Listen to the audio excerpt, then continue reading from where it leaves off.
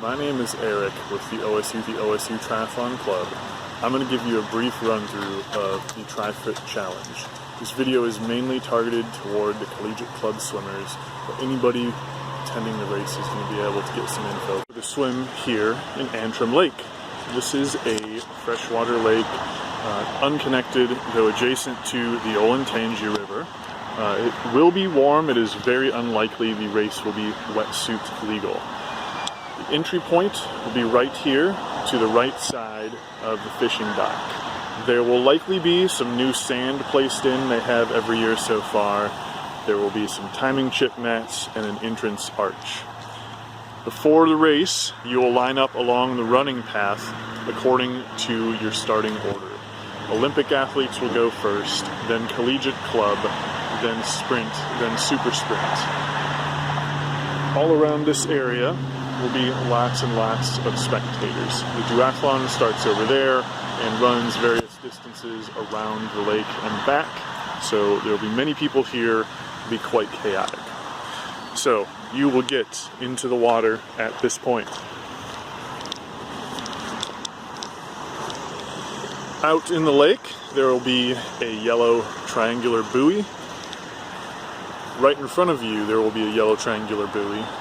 Straight out from the dock, there will be an orange square buoy, and off to your left, there will be another two yellow triangular buoys. As an Olympic athlete, you must swim around the outside of the yellow buoys twice.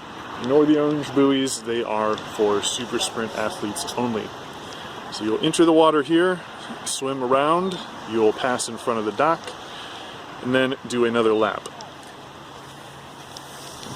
Exit will have another sand ramp. It will have an arch, some timing mats, and lots of cheering fans.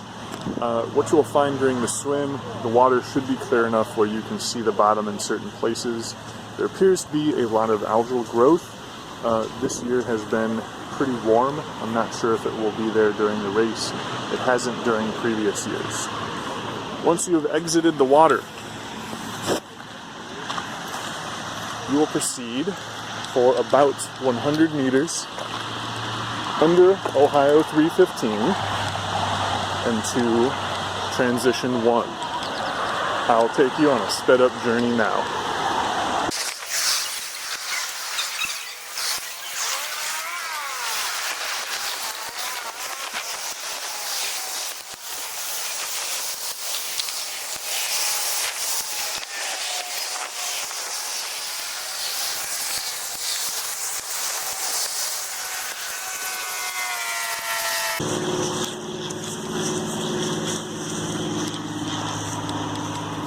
I am standing where the entrance to Transition 1 has been in previous years. These entire two soccer fields will comprise Transition 1. There will be many, many rows. It's important to get that straight the night before when you drop off your bike. Note when they say there are bike drop-offs on Saturday between a specific time, they really mean it. They will shut down Transition and not allow bikes in after the closing time. So you will enter Transition at this point. You'll find your bike, you'll transition, and here's something different about this race. It is a split transition race, so you must bag everything in a provided marked bag, carry it with you toward transition exit. You can throw it at some helpers who will deposit them in large cardboard boxes. They will be trucked to Transition 2 and the finish of the race. If you have an air pump, you're going to have to fit it into that bag, and they are not really big enough. I recommend your team has a Sherpa for this race. However, there is no parking at Antrim Lake on race day. If you want to park, you have to park at Worthington High School and walk about 2 miles to the race site.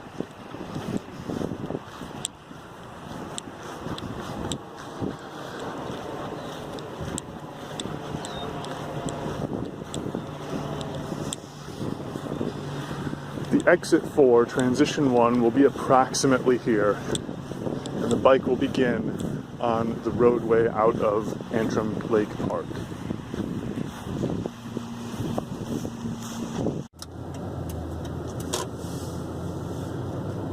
you'll move out to the Olentangy River Road. There will be police officers at all intersections, and on 4-lane roads during this race, you will not have to worry about cross traffic, as it will be controlled for you, though of course you must always take your own safety into consideration.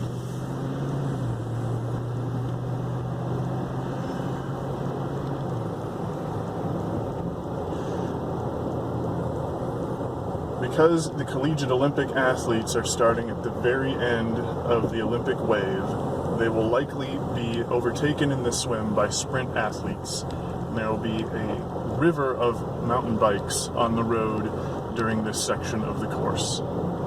Remember, you may not pass left of the double yellow line, you may not pass on the right, and you may not block by staying to the left. Always observe USAT drafting rules in this race.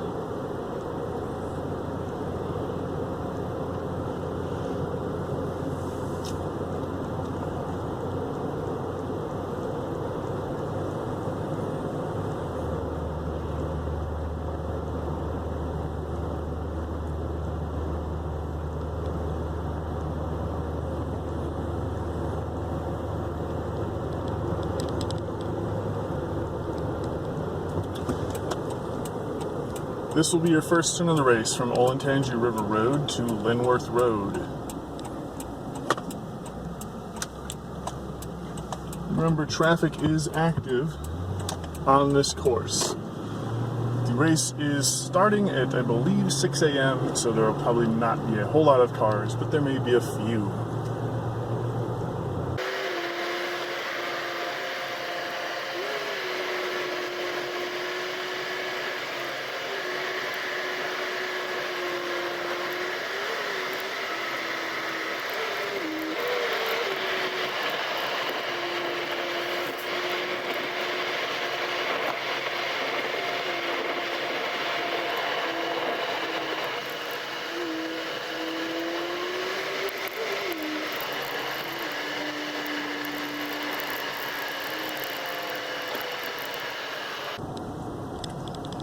This intersection is with Ohio 161, and there will be cross traffic here.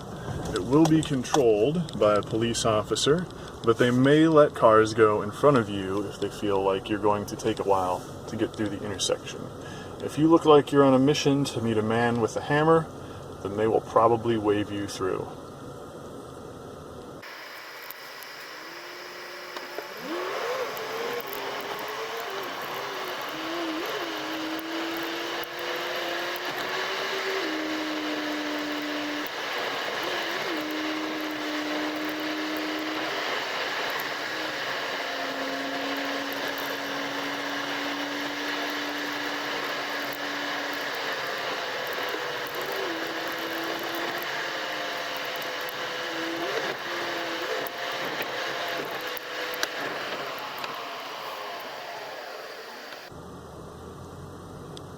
After this intersection, you're going to go down into the Olentangy River Valley, and then back out again.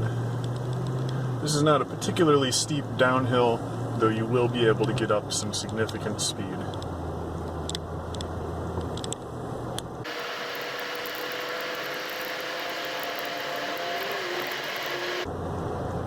I would not ride in that cycle path, as there's likely a lot of grass and other detritus there.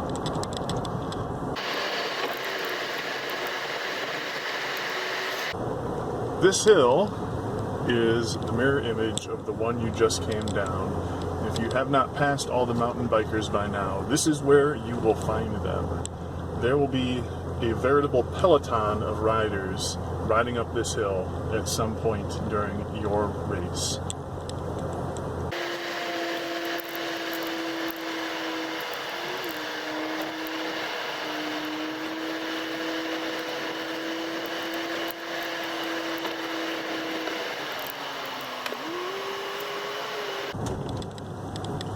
You are approaching High Street, onto which you will turn right.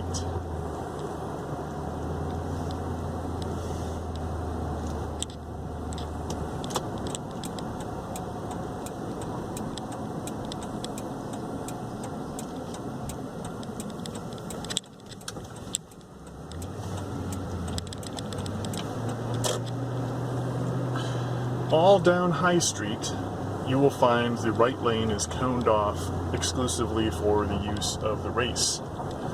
There will be cars allowed out from the roads and driveways on the right side, but at intersections there will be police controlling their movement. You must look out for cars coming from driveways though, as there will be no police there to stop them.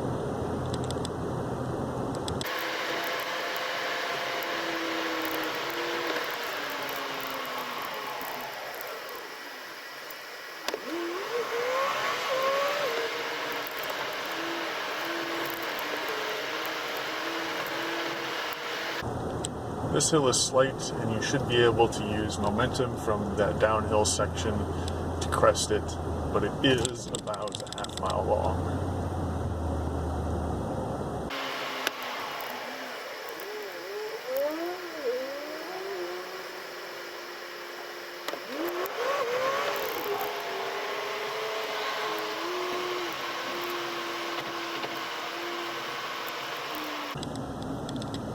This is once again Ohio 161.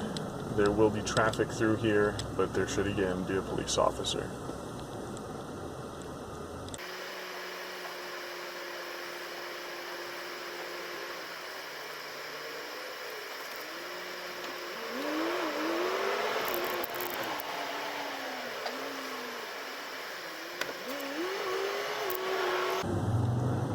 Once you have got into downtown Worthington proper, you will have crested that slight hill that started once you entered Worthington.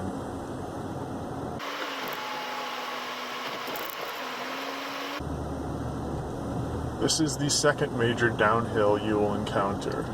It is steep enough to max out your drivetrain if you have a compact crankset.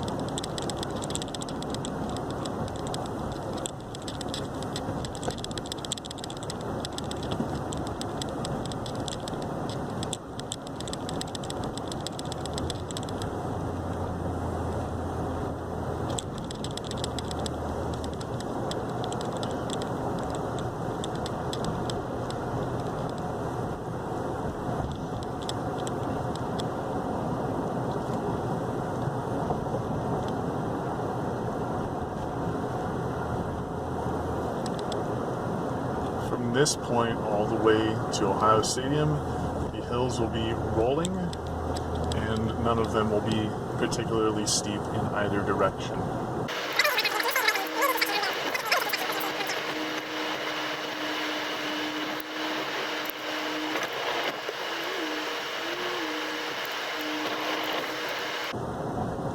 All through this section, for the next mile or two, there will be concrete ribbons where the asphalt has been cut into, work has been done, and then badly patched.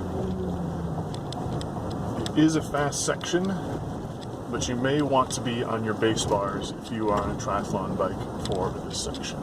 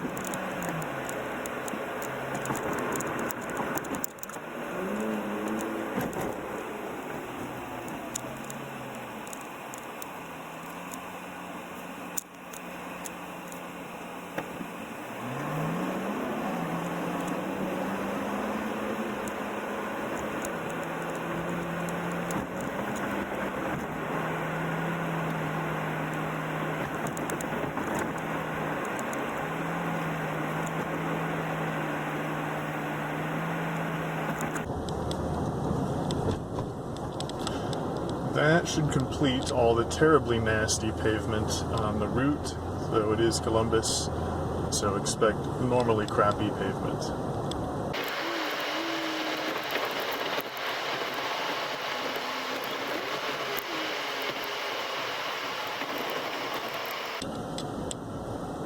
This intersection is crucial. This is High Street and Henderson.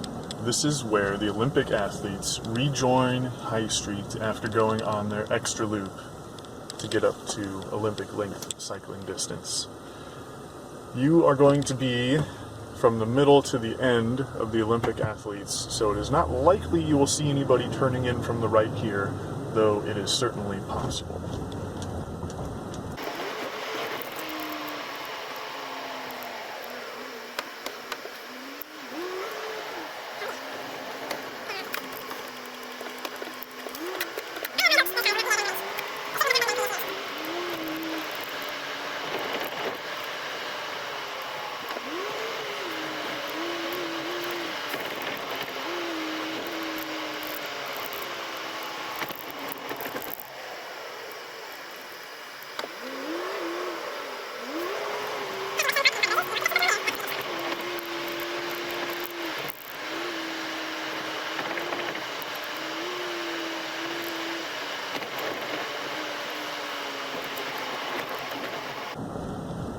From this point through to Ohio Stadium, you will find cars parking on the right side of High Street, so stay out of the door zone. Though again, the race starts at 6 a.m., so it shouldn't be too much of a problem.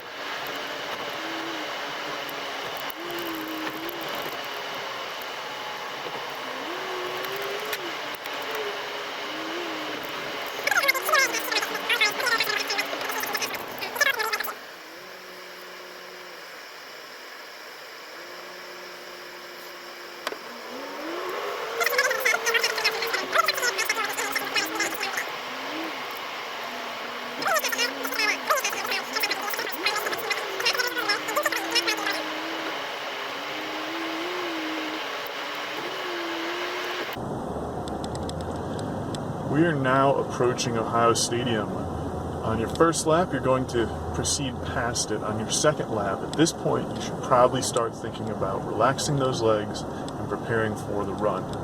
Don't take your feet out of the shoes yet. There's still about a mile to go.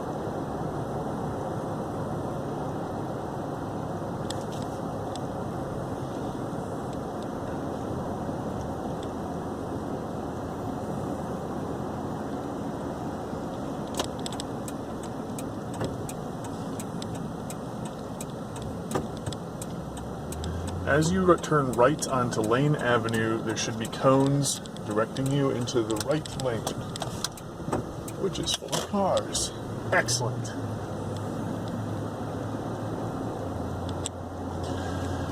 This is your first lap. You should probably drop the hammer through here. You've got a bit of a downhill. You're now proceeding past the Ohio State University.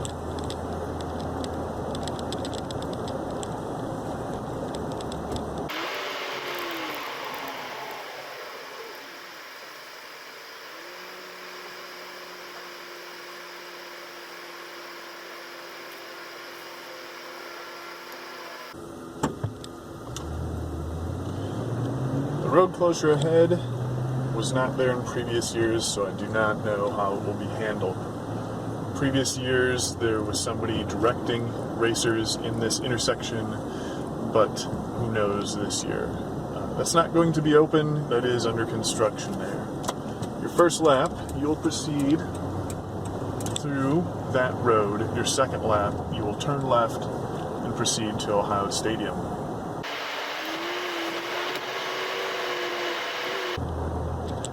Now cross the Olentangy River again.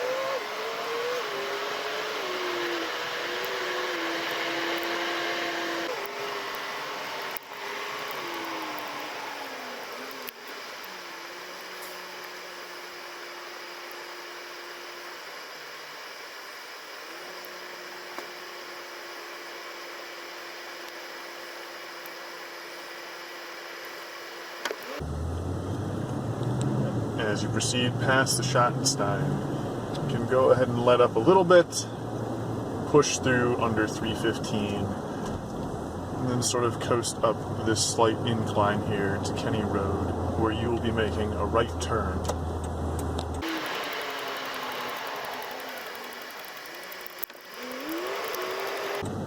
Kenny Road has new pavement, very flat, and you should probably put down a lot of effort through this section.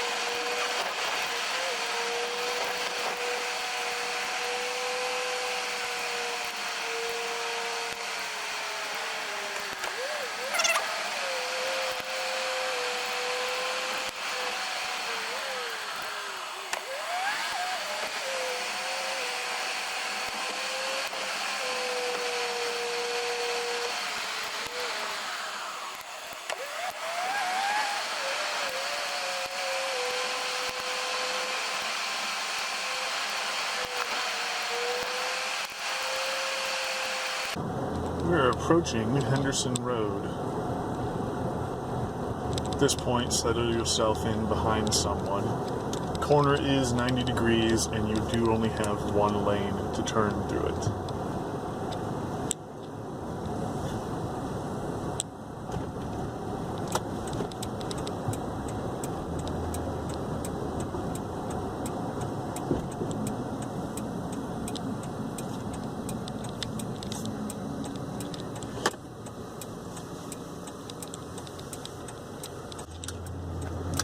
As you turn right, get ready to grab all of those gears. This is probably the largest and longest descent of the race. If you have a compact, you will max your drivetrain here. You might even max it with a semi-compact if you've got some meat pillars for legs.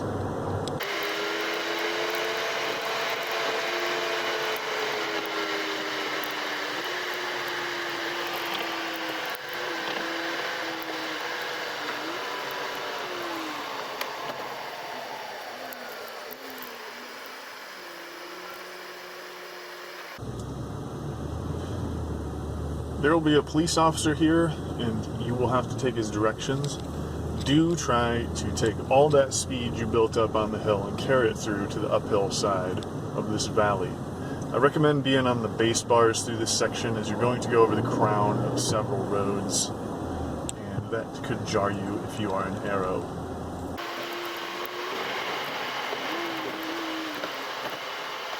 As we pass Whetstone High School, you'll begin climbing toward High Street. This climb is shorter than the descent and not quite as steep.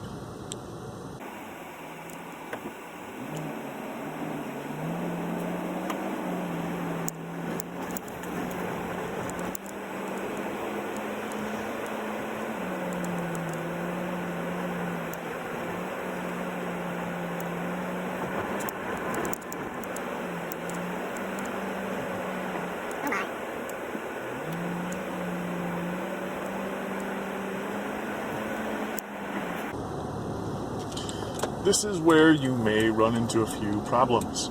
You are now lap traffic re-entering the course and encountering all those mountain bikers that you passed previously. You will have to look out for riders coming from the left and not cross their path. Once we get back onto High Street, you will find that you have to pass everybody who you already passed once, and they will not be prepared for you to pass them. This is likely one of their first races, and they don't know the rules as well as they should. Do not think a bell or a no-finger cow whistle will alert them to your presence. Even saying "on your left" will get a tepid result.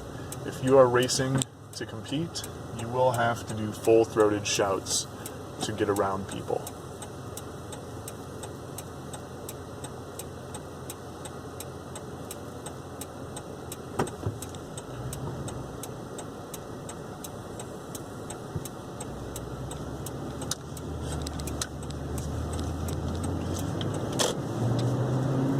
we're again back on High Street. From here, the route is the same as we have already covered. So I will meet you at T2. Through this corner down Lane Avenue a second time, you'll be directed to turn left into where I'm standing. This is a wide corner. You should pin it, drag a knee, do what you can, carry that speed through. And as we proceed, what you're going to do is get passed by a bunch of riders. Take your feet out of your shoes at this point. Be pretty quick about it. So you have a short while before the dismount line.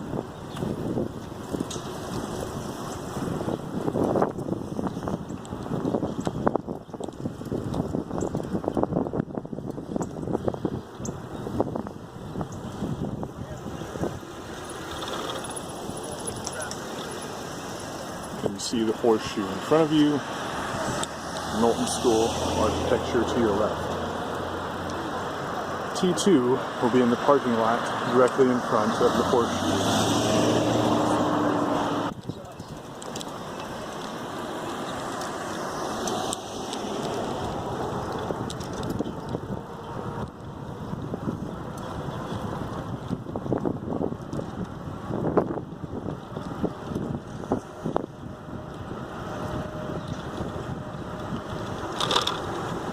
The dismount line will be immediately after this right corner.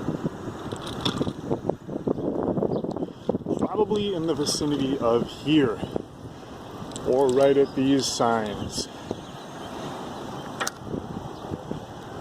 Immediately after you dismount, you must turn a hard 180 degrees to get to the T2 entrance point, which should be right about here.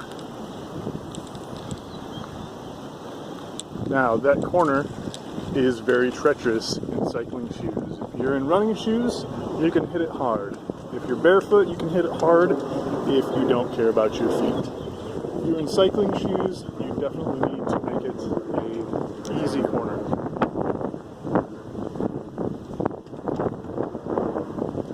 So, once you have transitioned, the exit will be someplace on the far side of this parking lot.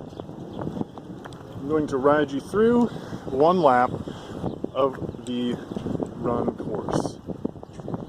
Alright, let's go on a run lap.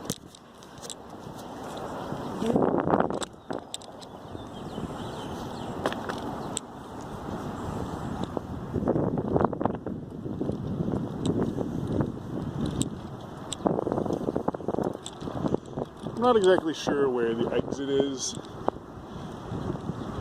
Let's just say it's going to be right here, because this is a curb I can ride up. You can see the memorial to Jesse Owens, or rather, one of them.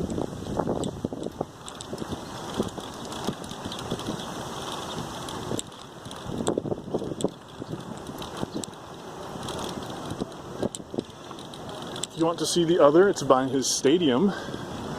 After you complete the triathlon, you can go visit it and put down a lap on his stadium.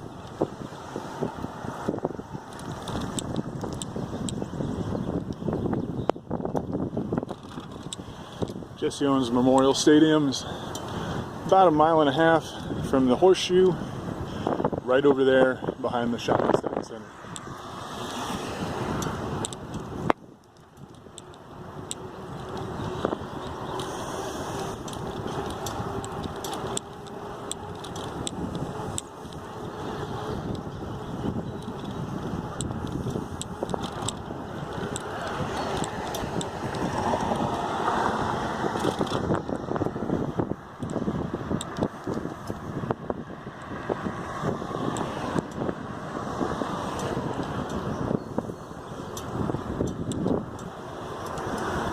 I love shoelaces.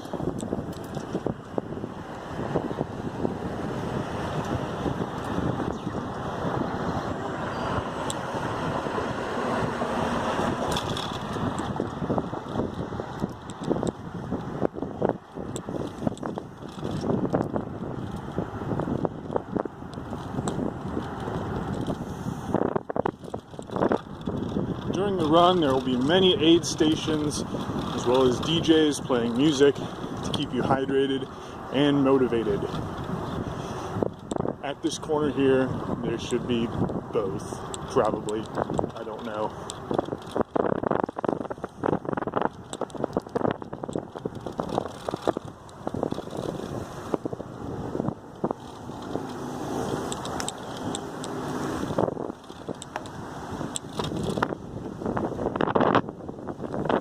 This road should be blocked off for running. I usually run in the grass anyway because I'm old.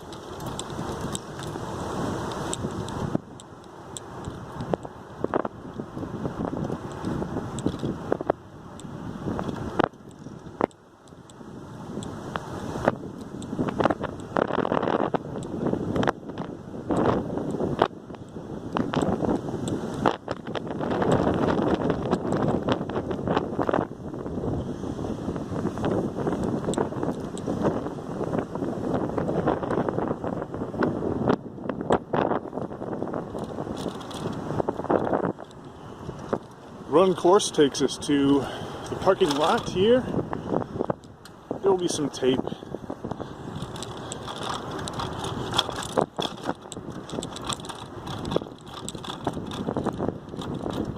As you can tell, it's an exciting running surface. Right about here will definitely be an aid station. They'll have water, Gatorade, ice, and ice sponges, which is probably the best part of this triathlon. That is an enormous 6-inch square sponge soaked in water that's about 38 degrees.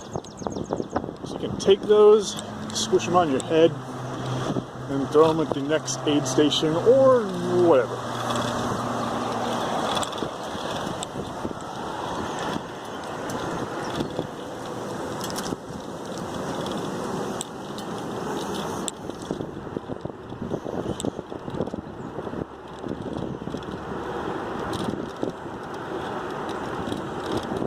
Now, down here at the end, there are stairs.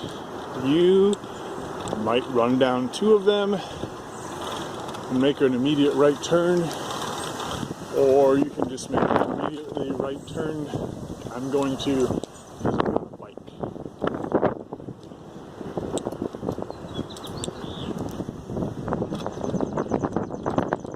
And Lincoln, Moral Towers, could be backward. Don't know. Named for President Lincoln and Representative Morrill of the Morrill Land Grant Act.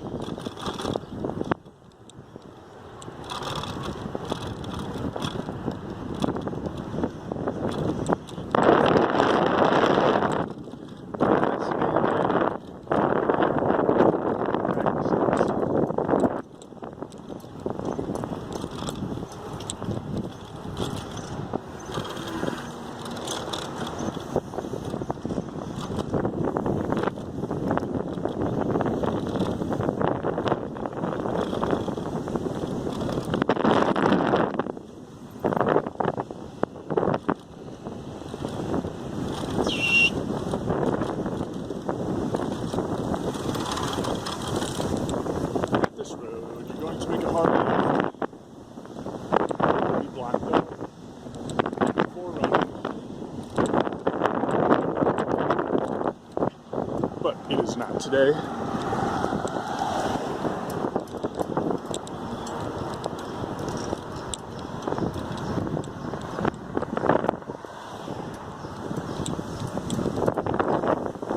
Looks like there's some significant construction going on here.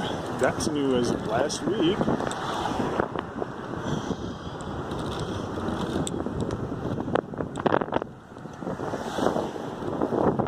Traffic doesn't seem to be changed.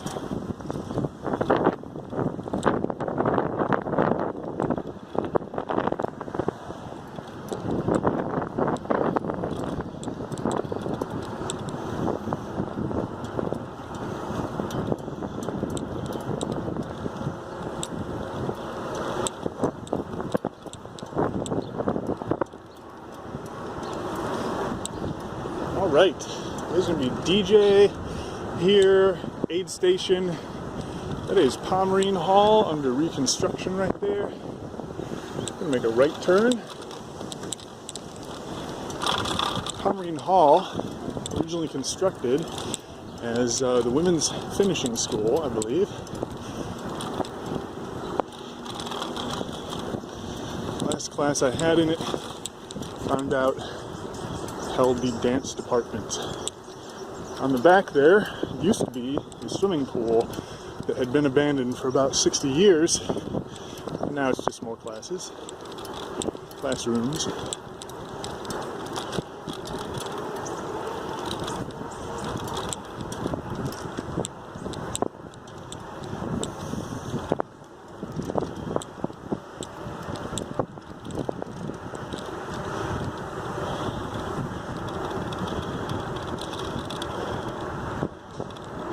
Here we're going to pass the old Ohio Union.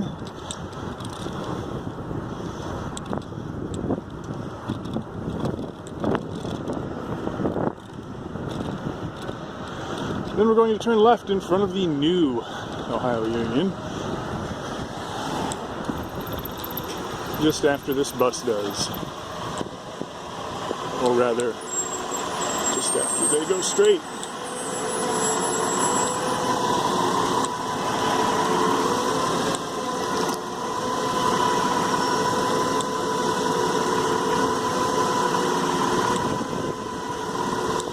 To the left you can see the South Oval, one of two major green spaces on OSU.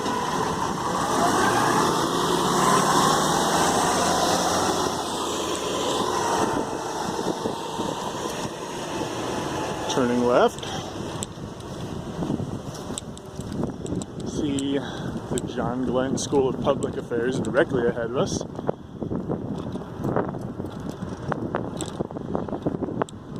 You may remember him from a little thing called the Apollo program, and being a senator and the oldest man in space.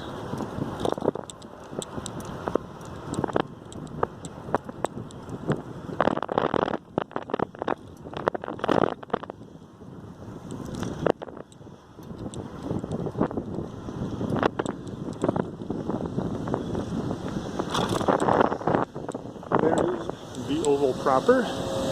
Here's the Wexner Center. Mr. Wexner being known for owning Columbus.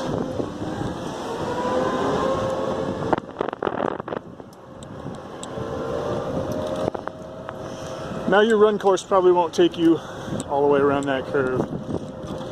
Probably just take you straight across the oval.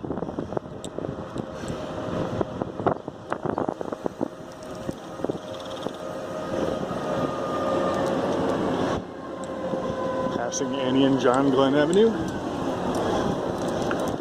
We're going to go up to 19th.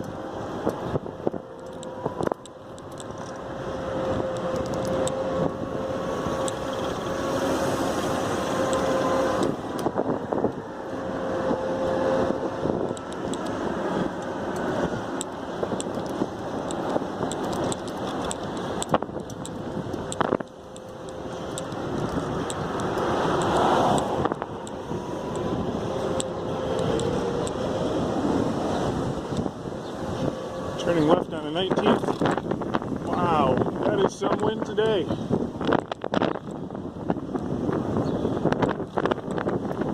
You may remember that from the internet, but hopefully not.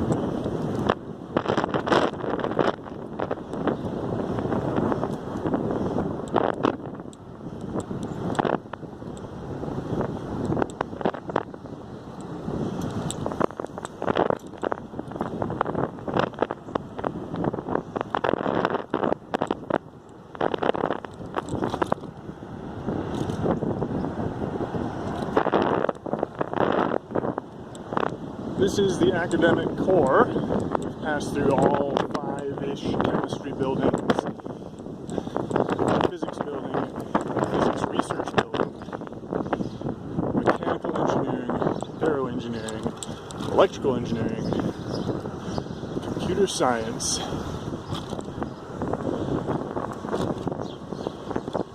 Aid station here. My favorite skyway in the winter. It's the best.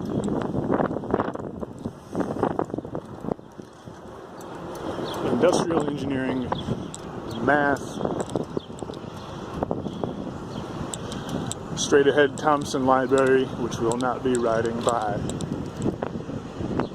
At this point you will turn right and begin going downhill back to the stadium for your second lap.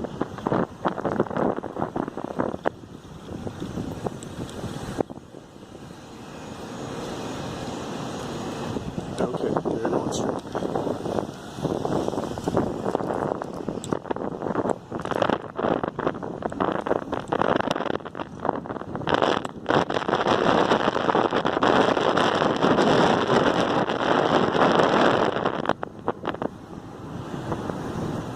For the first lap, we'll let this car go. So we need to go across.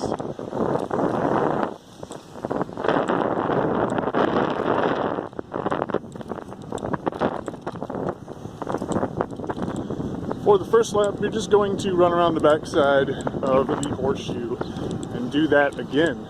For the second lap, you're going to run right in the entrance tunnel there and finish your race. Correction, I don't know where they're finishing this year. That's where you run if we're finishing inside. If we're not finishing inside, we'll finish at the rotunda, which we'll see momentarily.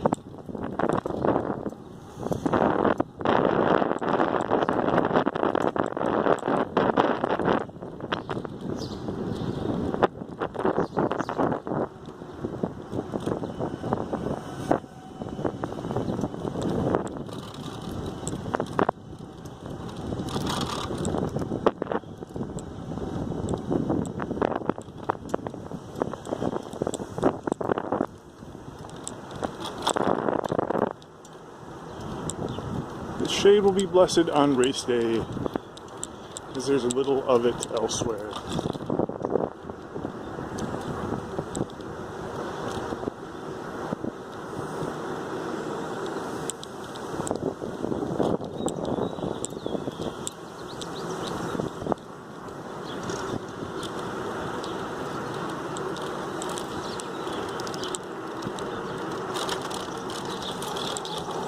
As we go up to the ramp to the rotunda, if you have a second lap, you will go left.